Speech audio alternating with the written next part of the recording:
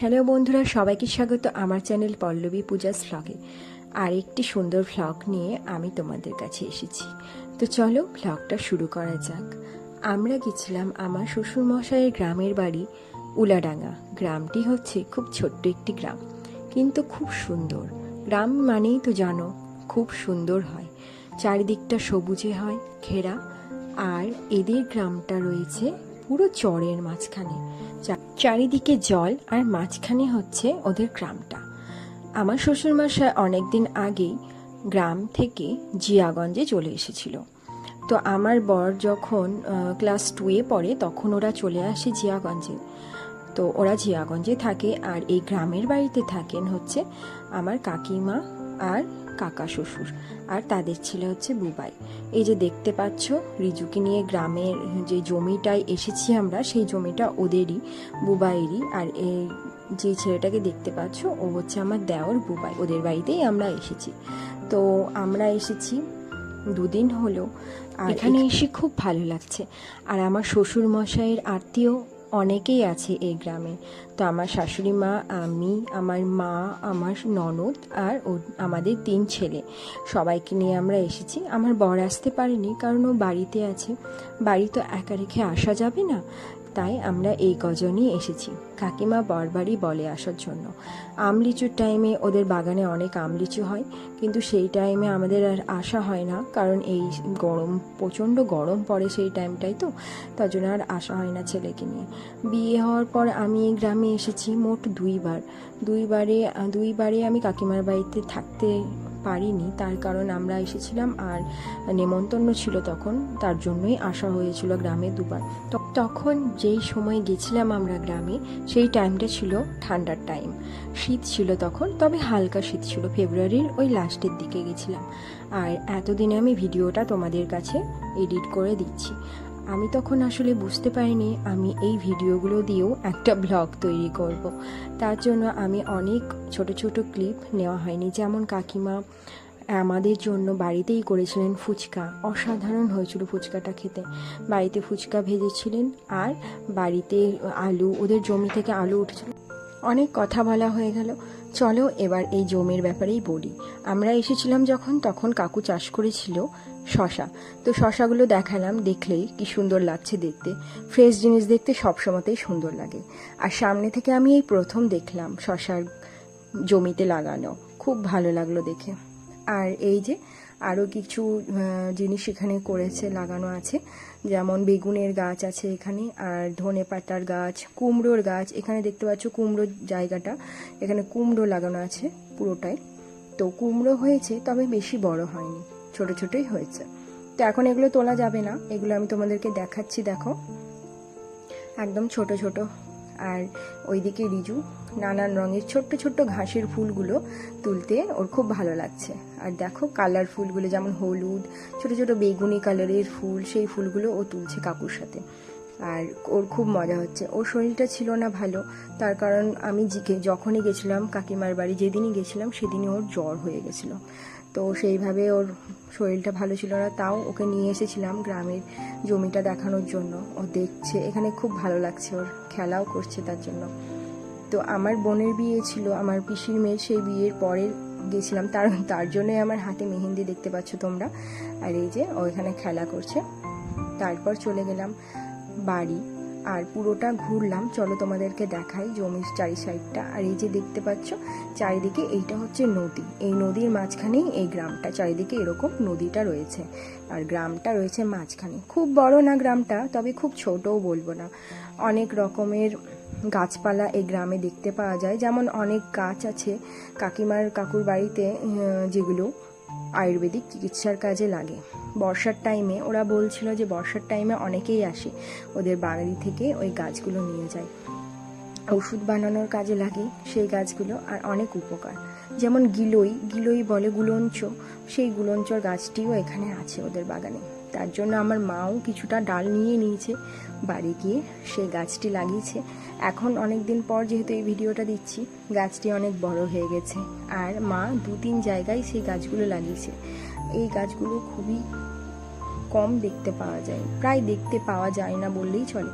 তবে এগুলো অনেক উপকারী, যেমন গুলঞ্চ, নিম, পিপুল এইগুলো বলে, এইগুলো একসাথে খেতে হয়, খুব ভালো উপকার দেয় চিকিৎসায়, আয়ুর্বেদিক চিকিৎসার কাজের কথাটা বলছিলাম আমি। আর এই যে চলো এবার দেখা যাক চারিদিক গ্রামীণ সাইডটা, এদিকে জমিগুলোতে দেখো কি সুন্দর লাগছে, চারিদিকটা সবুজ। আর এর পাশেই ছিল একটি মন্দির, মন্দিরটা অনেকটাই পুরনো, আর মন্দিরের গায়ে লাগা ছিল এই গাছটি।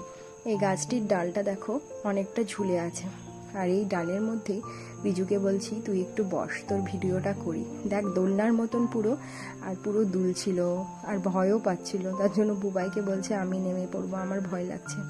তো এই মন্দিরটা তোমরা দেখতে পাবে, এখনও সেইভাবে মন্দির করা নাই, কিন্তু তবে এখানে এইভাবেই পুজো হয়, আর কালী পুজো হয় এখানে, আর খুব জাগ্রত এই ঠাকুরটা, তাই বলছিল। এই মন্দিরটা দেখার পর আমরা চলে গেছিলাম ওইদিকে, কলা বাগান আছে, কলা গাছের বাগান আছে। তো কলা পাতা নেওয়ার কথা ভেবেছিলাম যে আজকে কাকিমা মাংস রান্না করছে, সবাই মিলে কলা পাতায় খাবো।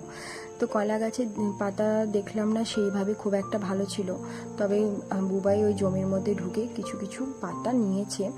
তো আজকে আমরা বাড়িতে কলা পাতায় খাবো ভাবছি। কলা পাতা সেইভাবে তো পাওয়াই যায় না, তবে আমার শ্বশুরবাড়ির পাশে একটা বাড়িতে কলা গাছ আছে, সেখান থেকে মাঝে মাঝে আমরা কলা পাতা নিয়ে আসি। তো এই দেখো এই মন্দিরটার কথাই বলছিলাম, এখানেই পুজো হয়। এই মন্দিরটা অনেকটাই পুরনো মন্দির, আর খুব জাগ্রত মন্দির, মা কালীর মন্দির।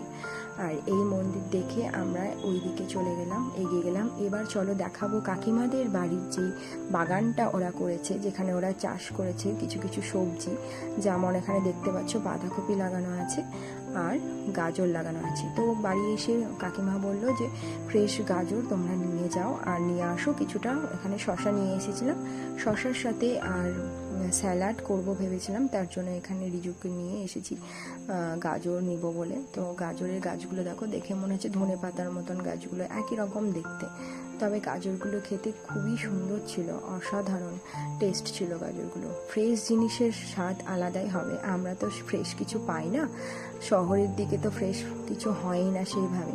তাও আমরা যেই জায়গাটায় থাকি জিয়াগঞ্জে, এখানে বাজারে মোটামুটি আমরা ফ্রেশ সবজি পাই, তবে সবজি নিয়ে এসে যে ওই যে ফ্রিজে রাখা হয়, তারপরে সবজিগুলো সেই ফ্রেশ আর থাকে না।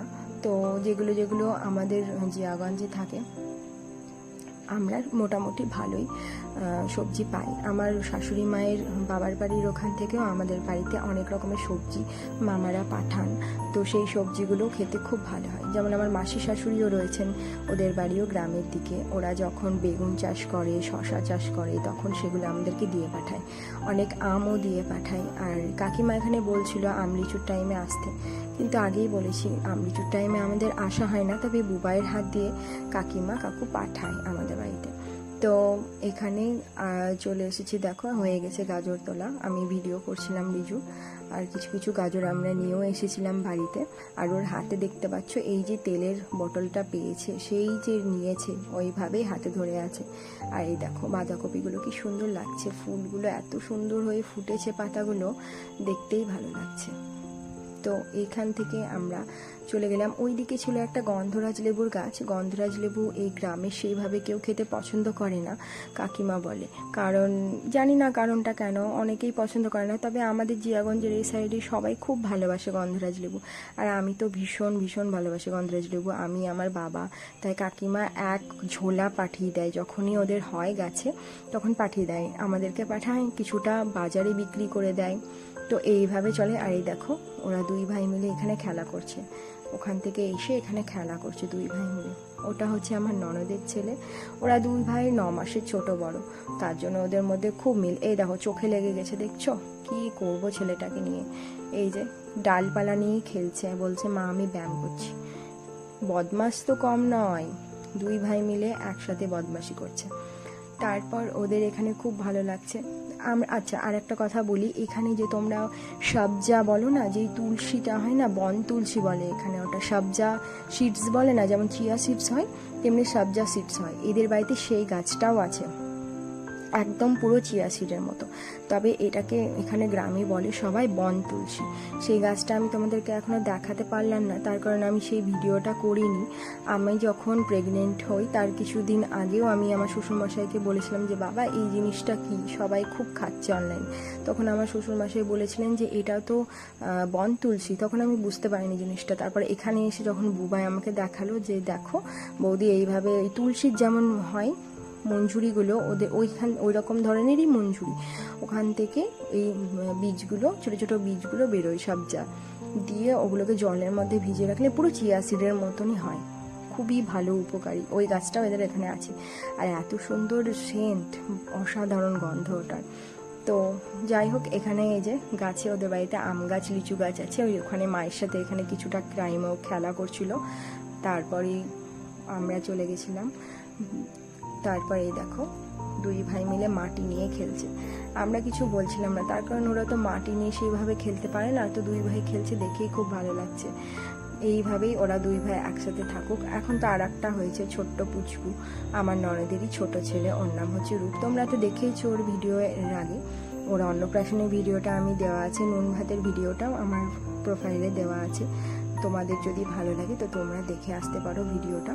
তো চলো, অনেক কথা বললাম। অনেক দিন পর গিয়ে দুদিন থেকে খুব ভালো লেগেছিল আমাদের গ্রামে, আর কাকিমাও খুব ভালোভাবে আমাদেরকে রেখেছিল, যা বলবো। কাকিমা ব্যস্ত হয়ে পড়েছিল, খুব ভালো লাগলো আমাদের গ্রামটা ঘুরে। আর এই দেখো মাটি নিয়ে খেলছে। তো অনেক কথা বললাম তোমাদেরকে, অনেক ভালো লাগলো। এইভাবে আমার পাশে থেকো। ব্লগটা এখানে আমি শেষ করব। তো চলো, সবাই ভালো থেকো, সুস্থ থেকো, আর ব্লগটা এখানেই শেষ করছি। দেখা হবে আবার পরের একটি ব্লগে। ততক্ষণের জন্য ভালো থেকো, সুস্থ থেকো। ব্লগটা ভালো লাগলে আমার চ্যানেলটাকে সাবস্ক্রাইব করে দিও, আর কমেন্টসে জানিও তোমাদের আমার ভিডিওটা, ব্লগটা কেমন লাগলো, আর লাইক করে দিও।